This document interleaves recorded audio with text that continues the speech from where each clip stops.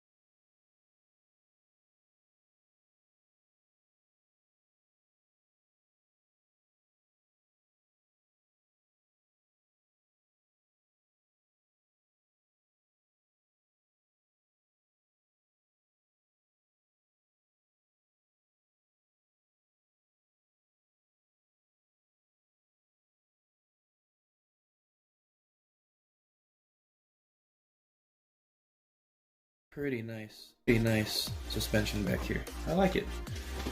Scale looking rig. Now with this one I built completely the way it was supposed to be built. It's got the stock motor that comes with it, the little 180 motor in there, stock transmission and everything. And it's pretty good the way it is. The difference between this and that kit over there is the axles in this one already have the metal gears in it. So that is one plus this one that you won't probably break as soon as you will on those ones. Is this already has the metal gears, ring and pinion gears.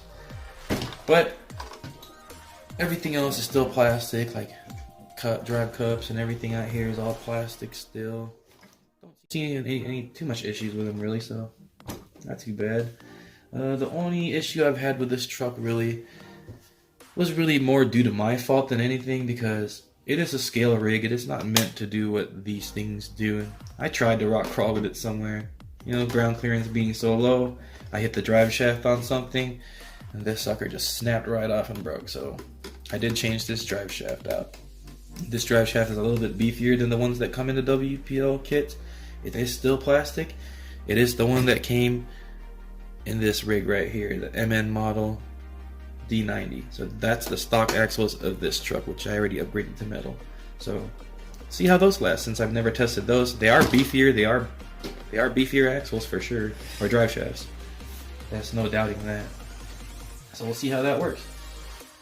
The only thing I really did other than, or differently than building it just regularly, was on all this suspension parts right here, I added little rubber washers or O-rings to every single one that had play. So if you can tell, mine does not rattle around, does not have play or anything, but it's still free moving. And now my truck doesn't make all these, you know, crazy toy rattling sounds. It actually sounds a lot more hobby grade, you know, there's no rattle. And also, let's see what I like about this truck. The tires, you know, tires seem to be either just as soft as the kit tires on those B24s or the Hilux kits. They are a different tread pattern.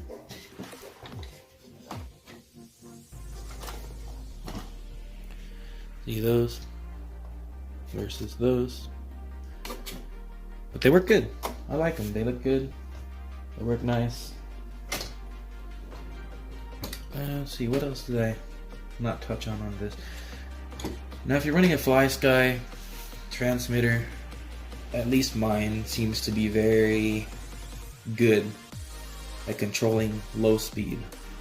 Now, I know sometimes it's due to the ESC. Not, you know, you can get a lower quality ESC that does not have a really good start off or crawling speed, which pretty much as soon as you hit the throttle, it just wants to go faster than you really want to. I've seen ESCs like that, but the Hobby Wing ones that I use, 1060s, stuff like that, they're really good for crawling. I use them in my full scale or my 1/10 scale crawler, and it does pretty well. These ones, I just have that little $10 30 amp or $9.99 30 amp ESC from Banggood. It's what I have in this, it's what I have in that, and it's what I have in that D90 back there. And you know what? It has been pretty good. I haven't had too much issue with it. I've had one burnout on me. I think it was due to being soaked in water and not waterproofed properly, so my fault, not really the ESC's fault. But yeah, I am starting to like these little military trucks. I'm not really into the scale stuff, and you know, I'm more into fast RCs, brushless power, do jumps and stuff. But lately, past year, I've just been stuck on crawlers, and it's been fun. It's amazing how fun I've actually had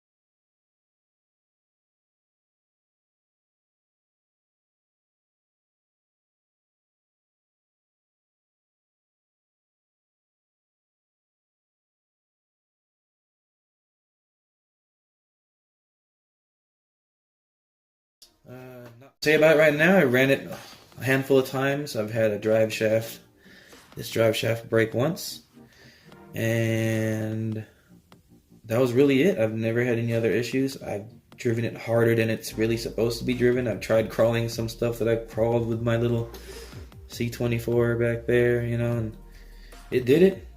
You can tell it doesn't